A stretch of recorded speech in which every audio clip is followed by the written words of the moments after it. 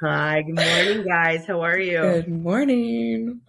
Good morning. Good morning. Oh, V, you just got all blurry. Can you hear me? I can hear you. Okay. You look good. Chelsea, you'll be happy to know I went to drums last night. My drum teacher's like, your posture has never been this good. And because I have baby belly, I'm like, it's because I can't hinge forward anymore. I can't breathe. So. You have to have the posture. Yeah. So complimented for my perfect posture now for the first time in 2 years. So yeah, Ash is a great drummer, y'all. What did you play last night?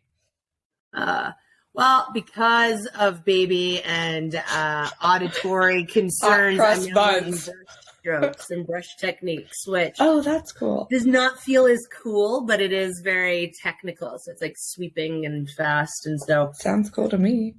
It's some fun songs. So perfect. I think are we live on Twitter too right now, Danny? Okay, awesome. Give people a little bit of chance, but we're recording, so we'll send this out. So thank you guys to everyone joining. I know we were on a space on Monday highlighting a bunch of things on our new Our Planet brand direction. And so excited with what this team has been able to envision, and got lots of really strong feedback, I think, from the community. Saw a number of you sharing it out on just loving the direction, just for the look, feel of Our Planet and what this could be showing up in just places in the real world. And so working hard next on merch, patches, all of those, things that you can kind of represent proudly out in your communities and in your world. So that to come, but thank you again for all of the support on that one. I was so excited about what that can bring. So also some secondary comments. We were receiving a number of things from our community, just questions about the market, and then some of the market activities, capital raising, VC funding, what all goes into that, just from some market sentiment and confusion. And so Chelsea and I are here both as VC investors, professional investors, things of that nature to try and answer, some of those questions, but more importantly, share our insights from just what has worked with us in the past, both raising money behind entities and companies that have become billion-dollar companies and some that haven't. That don't work out. Both. And there are some tried and true best practices that kind of come with that. So maybe anything to add to that, Chelsea? If not, I'll jump into market trends. Beautifully summarized as always. Ash, let's jump in. Okay, cool. Not to over elaborate on too many things that are happening in the market, but I geek out on a number of things when I'm reading my morning news. Obviously, ETH and Bitcoin still holding some in this kind of price rally and recovery, which is feeling good. I think for a number of us, feeling like some stability in this pricing. So ETH hovering over at 1,600, Bitcoin I think dropped slightly to 22,000. I've said this, I am not a bull run advocate. I am cautious, very, very cautious, and implore all of our holders and people listening to be cautious with your dollars. Right now, we are in a recession. If you have not felt the impacts of that, it will. Hopefully everyone is okay and taking care of themselves mentally and financially, but this could turn into a rougher year. We have experts and advisors that work at the likes of BlackRock and others that what they are preparing for the capital markets is a big global recession right now. And so while it's fun, just trade wisely, take everything that I think we've been trying to share with you through Learn Good Shit and others, watch your speculation assets, watch your risk assets, balance this with protecting your cash, your USDZs, things like that. So make the best decisions, I think, for yourself. Chelsea, would you agree? Yeah. Preserve and diversify. Yep. Preserve and diversify. 100%. Not the most fun topic to start with, but please, and diversification is not across NFT portfolios, please. That might be crypto sectors, NFT sectors, ETFs, mutual funds, buy bank stock, buy what you think will hold and not go out of business if you are trading. The other one that caught my attention, I know we talked about this a long time ago, was the Coinbase product manager that got arrested and charged for, I'll just effectively call it insider trading, has now recently pled guilty. I find it really interesting just how that one has evolved, because I think it was one of the first and early cases of, I think, people that have been gaming the system, giving tips to their friends, and just to see that actually penalized in the market, I think is helpful for the crypto industry in general, as everybody is looking for some people to be punished for their actions. It just helps provide a little bit more trust and legitimacy in the space. So as a refresh, for those of you that don't remember, he was a project manager that worked at Coinbase, and traditionally coin offerings that have come through the Coinbase system have done and pumped reasonably well just by virtue of that platform. And he had tipped off his brother and a couple of friends to buy certain said tokens before Coinbase had actually listed them. So I'm going to watch this one. I think it's really interesting just to see how the SEC and the courts are handling this on whether or not this is a security, because insider trading is all dealt with securities trading. And so it's now just down to a conversation of whether or not this is an actual security. But either way, I think some of these actions legitimize the space, which I am excited about.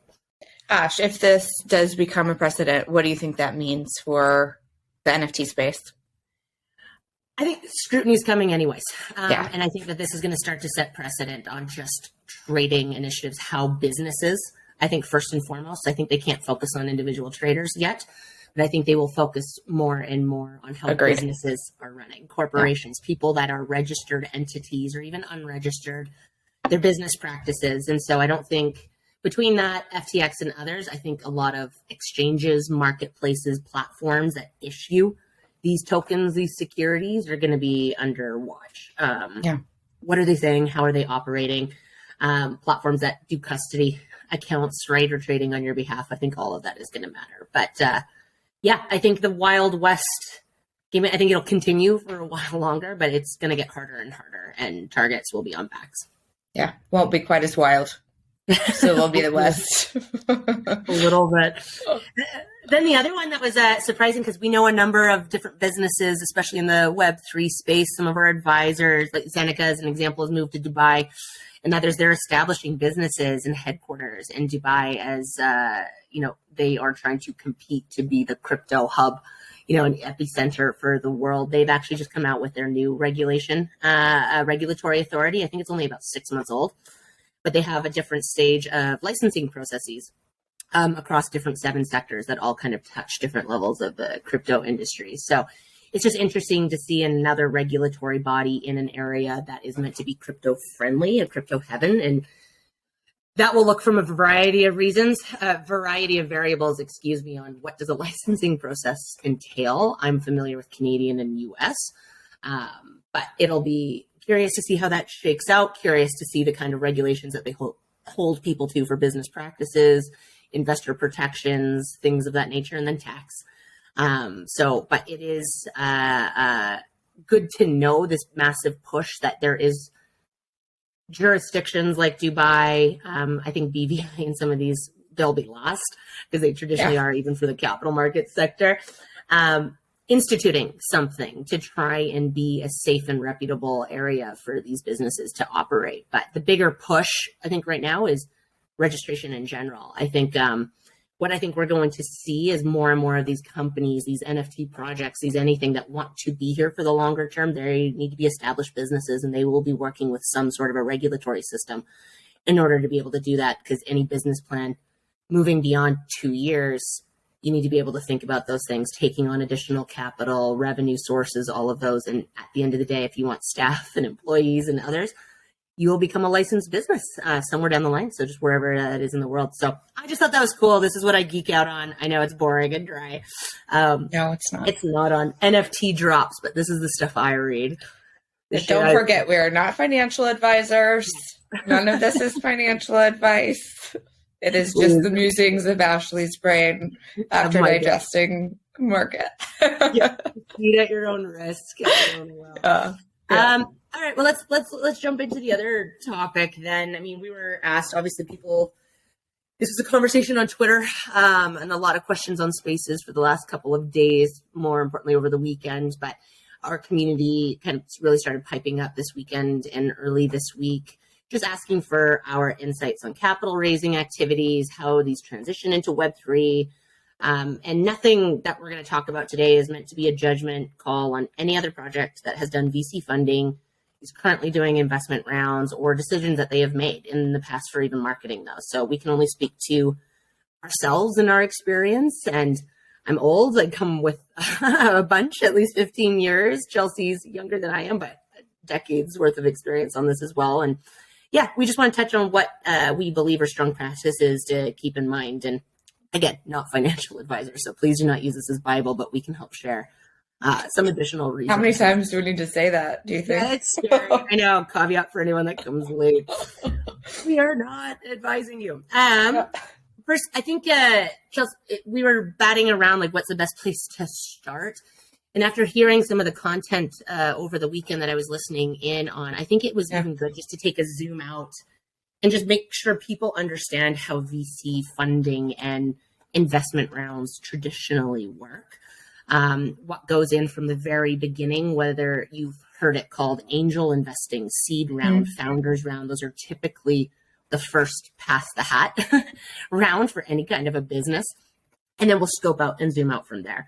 So that's probably the first place to start. Chelsea, why don't you talk about angel investing, founders rounds?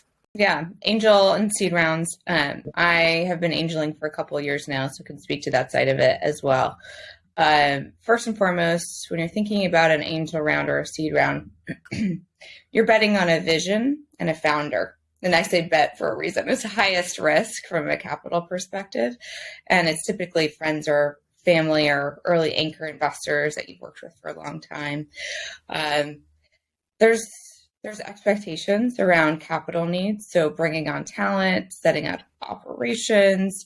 It's usually not revenue generating, but sometimes it is. It just kind of depends on what type of industry you're looking at.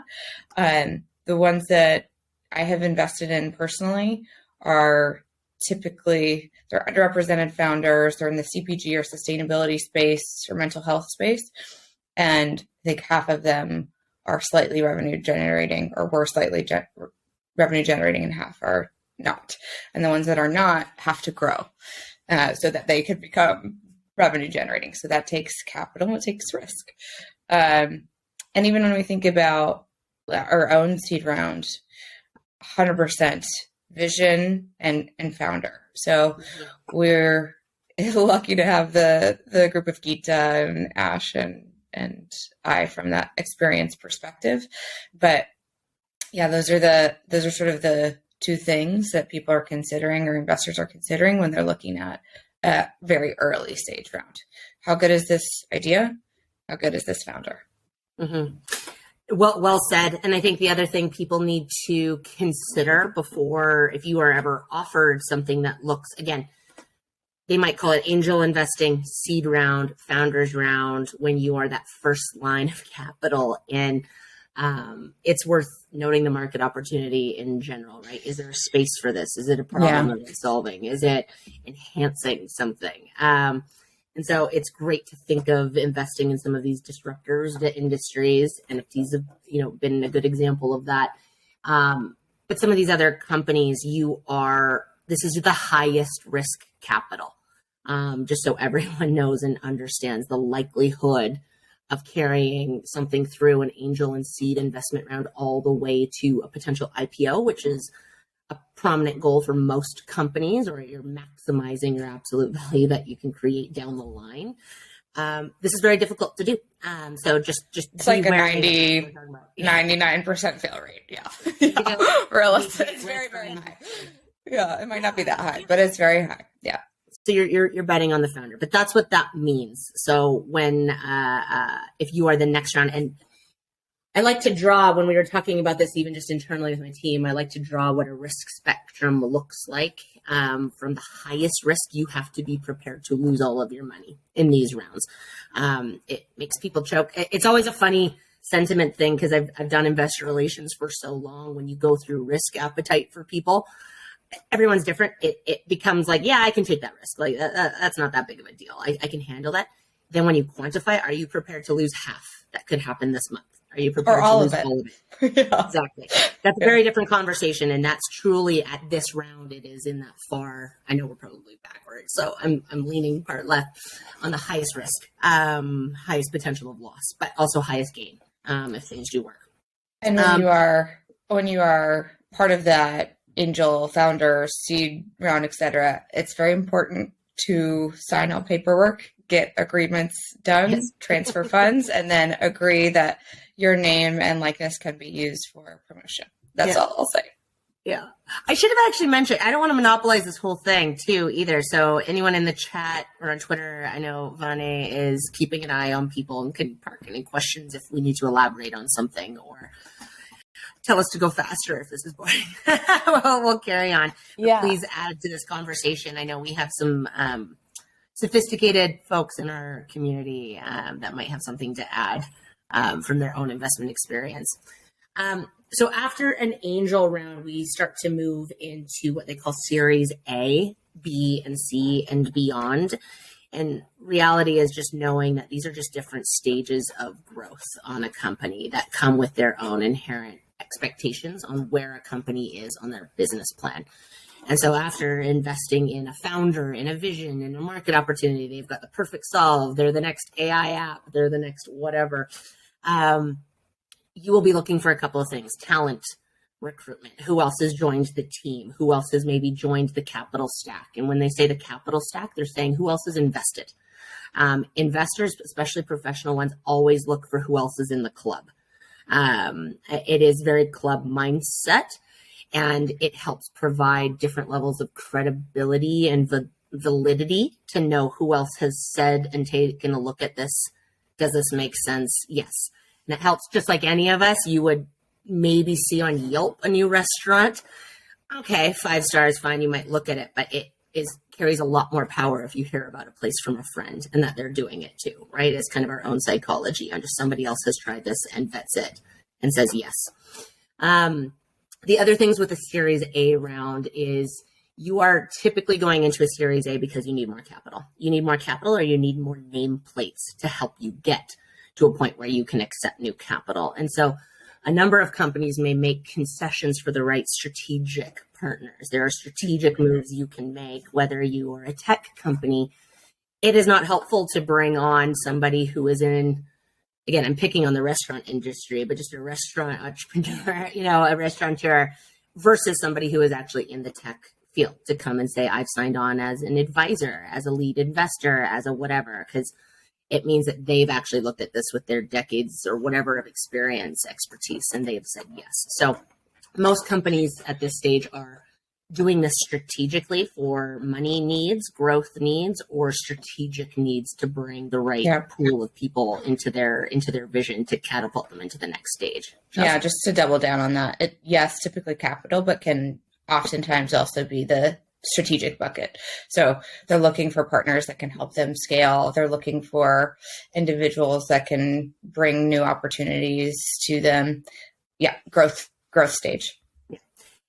For those to understand this too, there is traditionally, and not always, a new valuation metric that every time we are moving up in our stage gate of growth, there's something that is called a valuation that happens for that company.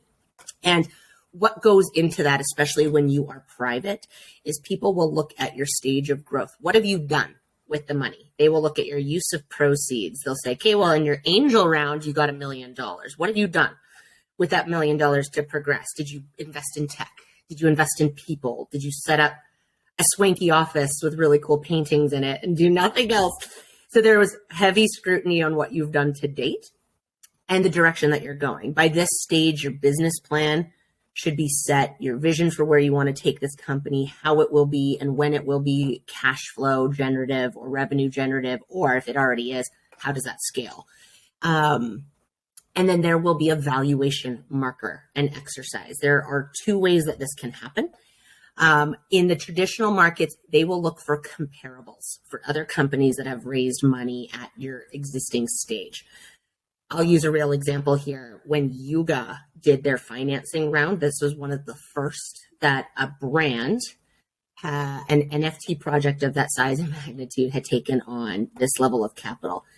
What then the entire capital markets division did is they looked at what did this brand have in cash flow, in audience numbers, in team, in advisors, blah, blah. And then there's a quantifying exercise for what is that worth. And then they look at the entire capital stack at the end of the day on who else is in here, who owns what, and then there is an offer. That is the first one that happened that helped set precedent for Doodles and helped set precedent for others. I'm not saying Doodles absolutely pointed to Yuga, but anyone that was in the market probably did. On like, what did Yuga warrant when they were asking for this valuation? Where were they at in a stage versus Doodles versus us versus everybody else, right? When they're looking at a valuation marker. That's when you're doing a comparable and you're looking for precedent. And so it is, then the second is it is what the market will bear, which is this audience's favorite thing, is what will somebody be willing to pay for it? So if there are no market comparables or not perfect analogous ones, they will look at the company in its entirety for those same metrics and make a judgment call. And then it is truly a bit of just negotiation back and forth and posturing on this is where we know we can go, take your money or leave it. And it becomes a supply demand conversation, honestly. And you might try to create competitive tension. You might try to say somebody over here, is looking to buy this, but it becomes very similar to, I'm trying to think of the best analogous example. I was going to say home buying, but not even that. It kind of is though, because of the comps and I think it's good. I think it's a good analogy. I did these upgrades to my house. I did X, Y, Z, and you are posturing the best you can. So again, if that is your modus operandi at that time, it is very helpful to you as a business to bring names with you. Again, this is why those anchor investors, those nameplates of who's supporting you, that team member that signed on, that amazing advisor that says they want to bring this vision to reality matter, because again, it helps juice and enhance your price at that day. And then that's your Series A. And again, you're still expected to be early stage in your growth. You're still risk capital. So if you remember where angel investing, Series A is just right behind it. Failure rate is still high. Risk is still high, but reward is also at its highest. So, and then you continue to move through Series A's, B's, and C's, and it is up to a company's discretion on how many they want to do. There's no perfect science and formula for now I have to go for my Series B because it's been 18 months. It is about your use of funding. What are you doing with the money? At what pace? Are you growing? At what speed? And what do you need? Tech-heavy companies are obviously investing a lot in tech, which is expensive. Others, they might be able to go further on sweat equity from people and labor and operations and streamline through. Or it could already be cash generating or revenue generating, which is helping supplement some of the costs. So it always varies with some different businesses on how fast do they need the next round of money. Yeah. But the idea is you are always trying to get to a new goal, a new milestone to say, I have enhanced the value by X much to try and get a higher valuation. Also depends on competitive landscape. I'm sure lots of folks saw the big investment from Microsoft and OpenAI. Yes. They are sprinting against Google. It's kind of hilarious to watch this week also. How fast could we get a press release out and get everyone on a stage? But that's a big factor for these as well. Do you need to be able to sprint against competitors and be able to take more market share before competitor XYZ does? Yeah. So and that's based on like the best idea, right? Yeah. That you have, and they know you can get there first. Yep. Sorry, Vanessa, go ahead. No. Actually, we have a question that is coming in, and no, they're saying like there's this common notion that VC funding comes with strings attached. Investors have to get paid, and like, what are some of those strings, and are there circumstances where funding can work against a project? Great question. In my experience, yes, there are the trade of value. In simplest form is I want X% of your company for this much money. There's a capital exchange, and then there is often activist. You might hear a word. They're an activist investor. They're a large shareholder. They're whatever. there's different degrees based on that size of expectations that come from that money. Very similar to governance. I'll use terms that we all know on just this. I want a say before you can proceed, or I want a name on your board, or I want to be, you could look at even some of the biggest tech companies in the world. Some of these they're on the board. They're just compensated because they were an investor probably at some time, but probably have very little to do, but they wanted that nameplate. They wanted to be on the next to the, the next big AI race, things like that. So some of the strings attached that I've seen, absolute governance. These are voting rights before any material changes are ever made from the strategy shift. So let's say the world implodes. We all know what that looks like. It happened last year. The world implodes, and you're looking to make maybe a strategy shift and saying, hey, we were going to go full steam in direction X. Now we got to go in Y. Typically, you'd have to then go to these investors to say, we need your permission before we can proceed. Or we need your permission. Or we need to return funds. Yeah. So talk a little bit about that. Yeah. Approvals, there will be things like non-dilution. This one's a hard one. I would never at this early agree to anything like that. What non-dilution means is as you're taking on new equity, when I said the capital stack, that's your cap table of how many people own what. At one point in time, Chelsea owned 100% of everything, and then rich. Yeah. But this was an idea. It was a glimmer of hope. Then she brings on Ashley and Vanessa and gives us 10%. And then we need to bring on new money, and everyone starts to get diluted down as you have to issue new shares. Yes, they might go up in value, but as you bring on new capital, that's what happens. There are investors that ask for non-dilution, saying, I'll never be diluted. Everyone else will as you bring on new money. That is some of the scariest capital to ever take because it inhibits your growth going forward. Strategy changes, pivot changes, capital budget changes, governance is always there. And I think there's a reality too, to whoever asked that question. You're crystallized at a moment in time of what you pitched that investor and what you told them your plans were to do. That is based on the market environment that you're in. Is capital coming into that sector, or do we see this as an area where it's going to have mass adoption? A lot of people are going to go. NFT sector is a good reason. The highest levels of VC capital coming into crypto and NFTs was the first half of last year. It hasn't been the second half, and it hasn't been this year. There's still some, but they are looking for more holistic business models that move outside of just token drops, right? In the traditional models that we saw. But they were looking at the number of digital wallets opening that was on track to hit 85 million. They were looking at the metaverse growth and IP growth that they thought that this was going to be worth, which I think someone at one point was projecting like it's a $600 billion, dollar opportunity because this is where we're going to watch World Cup and this is where we're going to watch all of our fashion shows and this is going to revolutionize e-commerce entirely. So there was a lot of different projections I think everybody was planning for early. So any projects at that time was taking a current market environment, what their business plan was, matching that with that team, and then at some point also showing their ability to execute. How many people are they bringing into their communities that love what they're doing? How many people support the tokens that they drop? All of those. And that all comes together in a pitch to an investor that is evaluating at you at that point in time in the direction that you're going. Yep. And they'll make stipulations based on that. It's also based on size.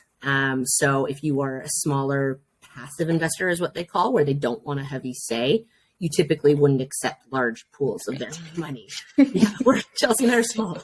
We want to join all the calls, but we're like listening in, but we're not. The larger money talks. I've said that so many times, money is the loudest. So if you are the biggest investor, you typically have the most rights in a company. But yeah, that's also why it's important to find like-minded investors. You don't go to anyone and everyone. You don't make this available to anyone and everyone sometimes, because if you have a very distinct vision for what you want to build, it is more beneficial to you as a founding team or as a project team trying to execute on that to bring people along that know and understand that and won't interfere. I've had investors that didn't, NFT project included, that didn't even know what our planet was, but saw us on OpenSea, right? And what is this? What did I buy? And now you're re-educating people on just what the direction is And people feel shortchanged sometimes if they bought something they didn't think and know what. Yeah. If expectations don't meet reality, it becomes challenging. And in these cases, especially for company equity, become nightmares to unwind, by the way, as far as finding liquidity, someone else to buy them out can be a nightmare. So picking and choosing the right investors is a luxury. And that's when you have a lot of competition. Sometimes you have to make concessions because it's who's at the table to give you some money. And you might have to take the deal that they're offering. Yeah. But good question. And VCs also all operate under different investment theses, meaning they focus on specific sectors or are interested in specific business models, but they also go through hype cycles for sure. So like Ash said, beginning of last year, very much in blockchain, Web3, metaverse, except right now we're in the AI bubble. That's hype. It's going to be a year. There will be constantly these rotations of hype cycles in terms of where investors want to put their dollars. So another thing to keep in mind that it can be somewhat volatile too. Yeah. Yeah. So when you hear angel investors, VC investors, private equity, you can think of them again. Vanessa, I swear, I need like a little thing to draw so I know which direction I'm always pointing. I wish we had a virtual like Khan Academy whiteboard. Ooh, that's gonna be exciting. Yeah, right. Oh my God, everyone will. It would look crazy. Those are investors that are again looking for the high risk, high reward. They will not be happy with like, hey, this is going to take us 10 years. This is going to be slow. That is not their risk appetite. To Chelsea's point, they are looking for high growth, fast execution, biggest bang for my bucks. And so expectations are just higher on like a 3-5 year cycle. Would you agree, agree, Ash? Moving up that spectrum, though, going to Series B's, C's, D, depending on what you are as a business, this is where you start to attract more family offices, ultra high net worth individuals. Institutional investors is a term people might hear, but those are funds. Those are groups that are sovereign wealth funds, pension funds. Others. Yeah. They are much further up the risk up the risk spectrum. Oh my God, you guys, I need more coffee. Where they want to take on less and less risk. Their appetite are in projects like demethanization plants, infrastructure, things that feel like this likelihood of this to fail is a lot less. And so as you grow and scale as a company and you become less and less risky because your ideas and concepts have been proven out, your audience growth of who you can go to raise money expands because now more and more people want to take you seriously because you are not such a big bet anymore. Right. And so your goal is to hit those milestones as quickly as you can and find a broader pool of capital for competitive tension. Go ahead, Jill. Typically, as you're going through those stages too, and those different sizes of funds or categories of funds, the amount of capital deployed gets larger. So like a pension fund is deploying 20, 30, 40 billion dollars versus angels VCs are deploying much less. Yeah. Again, willing to lose it. Great point. Yeah. All right. I'm going to breeze through some really boring stuff real fast just because I heard it brought up. Regulation. my past life, which I know is just chasing me no matter what industry I go into. I can only speak to Canada and the US because that's where my experience is. So I won't speak to things like Dubai, some of these other, regulatory bodies. But when it comes to some of the financing rounds as to what do you have to register for, if you are trying to establish yourself as a business and even get capital, you are a licensed business. You are registered somewhere. It is very difficult to hide in the dark behind, hey, we called ourselves this. We called ourselves our planet and never did anything, to substantiate ourselves. There's been a number of NFT projects that never even registered their domain name for copyrights or copyright laws. I hope that they do. Please go do that if you haven't done it yet. Please do that. If you have a great idea, go copyright it right now. Go register. So then you are a licensed registered business and you need that for, yes, you could bring on some consultants and some cheaper labor that you're paying in ETH, USDC, things like that. But typically if you're wanting to really grow and be a serious player, you are a registered licensed business. And then when you want to bring on capital, there are different registrations and exemptions that you can apply for. Two of the most popular that I'll just touch on right now is Reg A and Reg D. Reg D is what you hear about for accredited investors only. Reg A is for non-accredited. There's a couple of questions of why don't people do more Reg A so that everybody can have access to it. Here's the difference. You have to register initially with the SEC immediately before you raise any money. You are on the SEC's radar saying, this is what I am as a business. This is what I want to do. And I want to call Vanessa for money, or I want to advertise to people like Vanessa for money.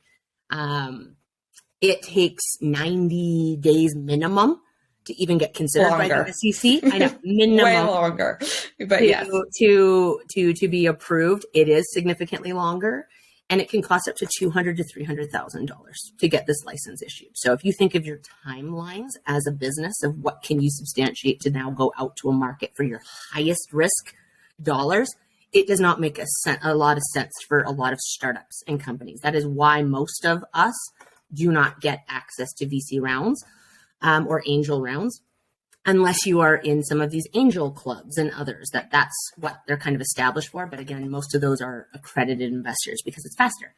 But that is why average Joe Schmoes on the street don't often see these amazing private deals. What we do see is GoFundMes and crowdfunding platforms where you don't have a specific ownership interest. So a lot of NFT projects replicate the crowdfunding model on, this is my vision, this is what I want to do, and here's a digital representation of something, and then you apply what that means for ownership's sake. But you are not an owner in that business. You are not an owner of any real equity or anything. So think of it more analogous to crowdfunding than any kind of a Reg A or Reg D support, unless classified differently, unless that's a very specific offering.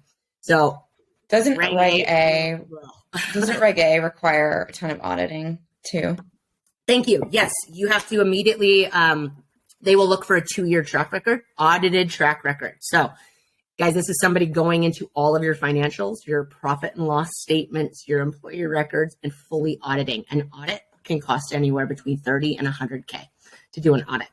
So they look for almost 2 years. If you hadn't done that, and if you hadn't done that, but still want to do a 2-year, you are being audited from that point forward, that they will then scrutinize. That is, we have an ex-auditor as our CFO. That's her past life. It's a nightmare. She's amazing.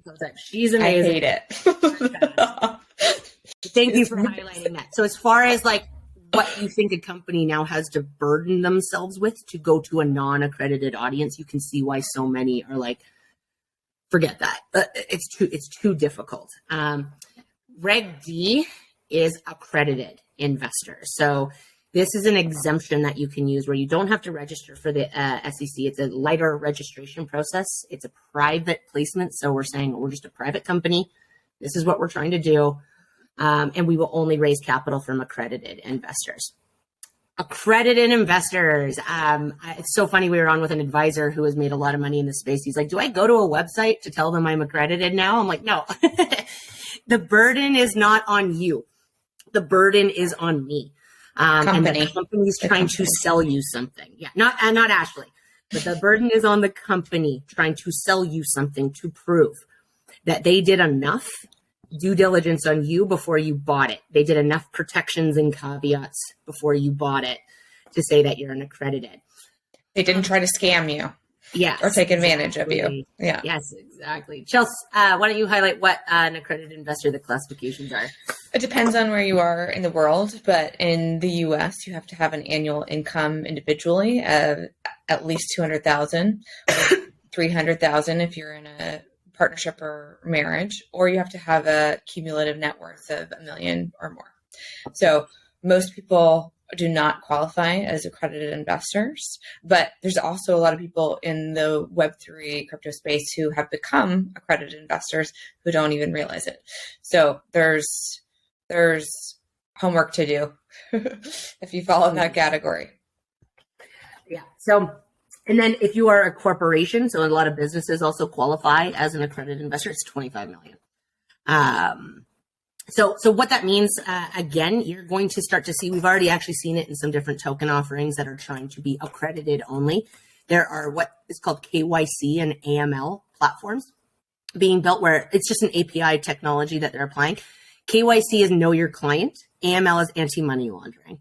And so again, for the company trying to say, hey, I want to sell you something or give you a security or something to buy, there's a series of questions we have to ask to poor Vanessa, who I'm trying to pitch, on what is your, answer me to the best of your knowledge and ability, truthfulness, what is your net worth? What is your age? What is your risk appetite? How much are you willing to lose in this investment? Things of that nature. And then it's on me. I'm the burden of proof. Vanessa's done. If she wants to yeah, I did it. It's on me to now, if questioned by the SEC or probed later, I have to evidence that everyone that I bought, I had reasonable belief that they were an accredited investor. Exactly. So you don't have to do anything. So if you've made money in this space, and I encourage people, these assets count. So even your entire NFT portfolio, all of your crypto earnings, take a look at that collectively. I mean, between the Floor app does a great job of that. Yes, Floor app does a really great job of that, because you might be an accredited investor and not even know by now. But that's just a quick highlight as to why some do one direction versus the other.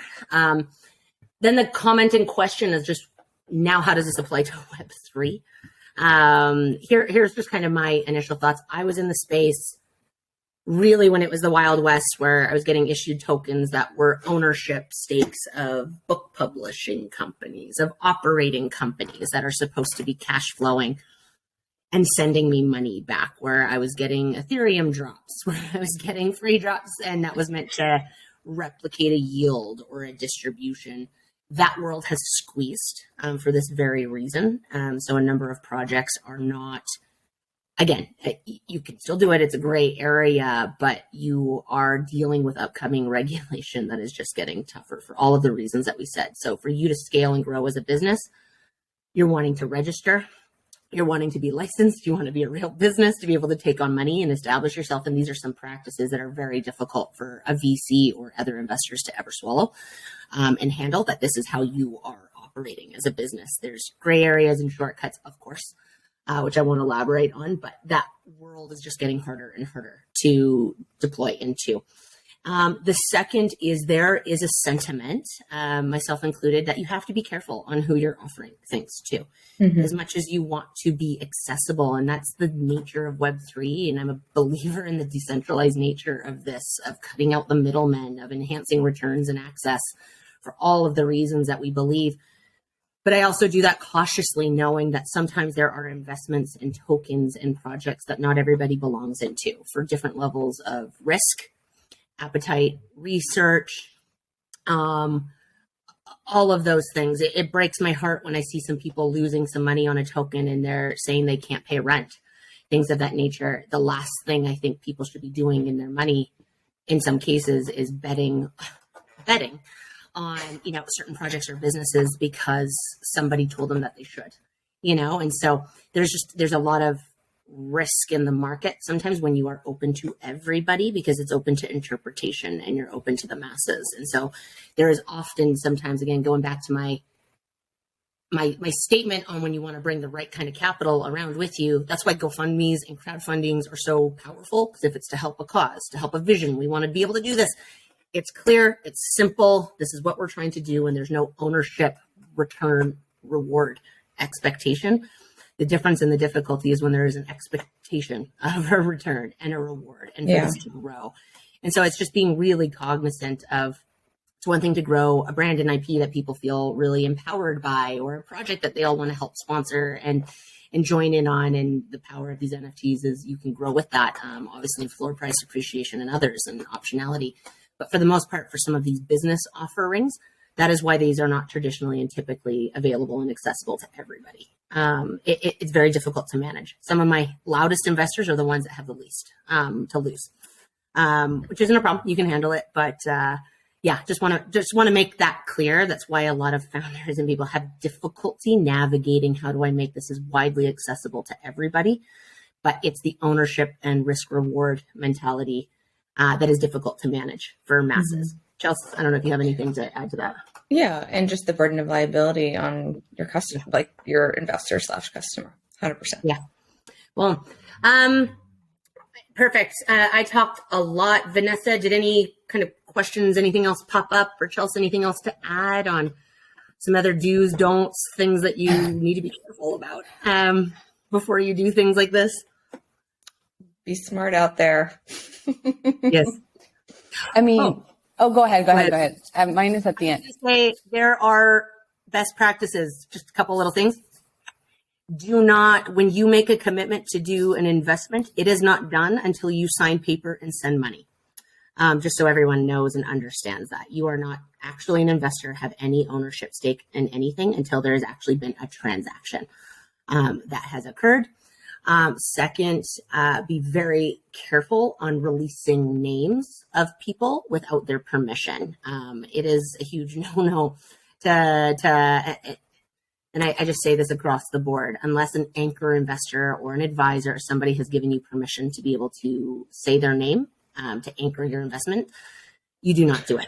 And that's typically written approval in the form of an email or a message. Yeah. Because again, it convinces others to make a judgment call on a risk, a risk reward, risk return bet that they might not be prepared for. So it's again hearing all of your friends are at the same party and it's finding out that none of them are actually FOMO. You went all the way there. FOMO. That didn't actually happen. Exactly. It causes competitive tension, causes FOMO, and it adds levels of credibility and validity that were not real. Indication, there's some things that are different. I'll just quickly hit on it. A soft circle, a commitment, and an investment. A soft circle is where I've told Vanessa, I'm really interested in what you're doing. I think I could be in for $100,000. Let's do some further due diligence. But yeah, sign me up. So it's before she's closing any of her rounds. She knows Ashley is interested and is soft circled for $100K in her capital pool. So she's trying to raise $1 million. She can feel she has to make her own confidence bet on how likely is Ashley to follow through based on where I'm at in my own due diligence. If it was a first call, difficult. If that's the 5th time we've talked, I've done all my due diligence, I'm feeling good about it. I'm just getting money set up on my end or some paperwork set up on my end or getting some liquidity. Okay. She might have a confidence level that's higher. A commitment is where I might have signed or said, yes, I'm committed. You can tell people that I'm going to be in. Here's my written approval. I will do it. Those are typically very difficult to be legally binding if I decide to not go through with it. The market imploded tomorrow. Bitcoin shut down $10,000. The world changed. I have every right to walk away. So it's a bad look, but yes. It's a bad look for me because I committed to Vanessa, gave her, permission to use my name, all of those things. So it looks worse on me, but not legally bound. And then an actual investment is all of the T's are crossed, I's are dotted. I've signed and I have funded the money. If I have signed and said I've committed and it's just about wiring the money in the world and plus, Vanessa has a stronger case to come after me for my commitment dollars, saying you still owe me this. You did. I don't care what happened with price today. Really nerdy shit, guys. Sorry. Good stuff. I think it's worth knowing.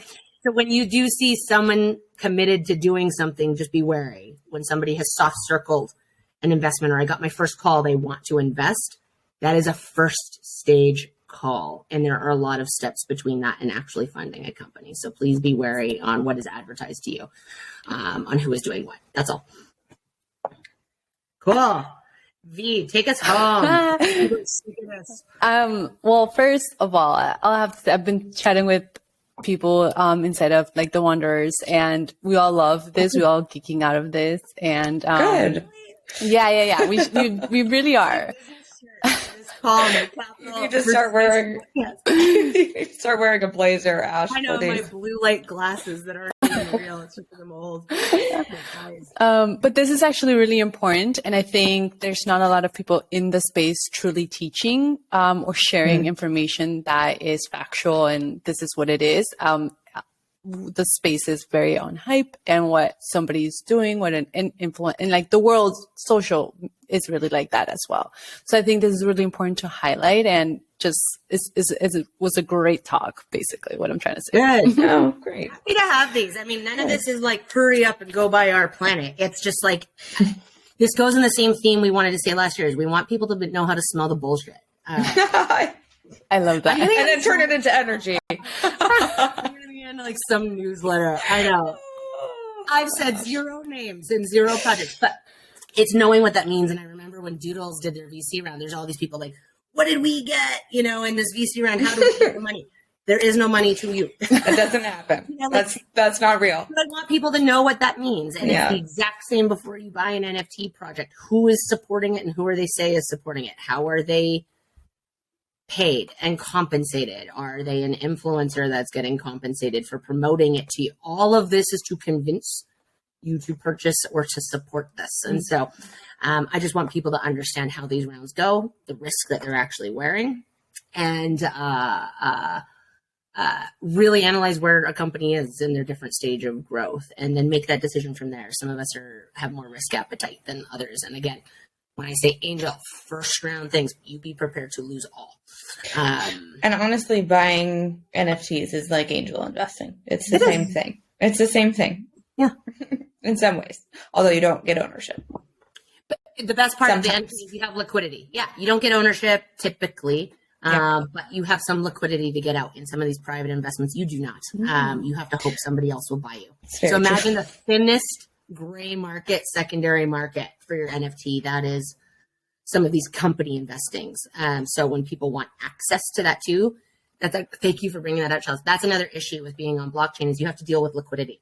Yeah. So as soon as you have a connection to a business, a real world asset, a real world anything that is meant to give cash flows and distributions, you have to deal with liquidity provisions, because Vanessa doesn't want to sit in this for the 3 years it's going to take to make a profit.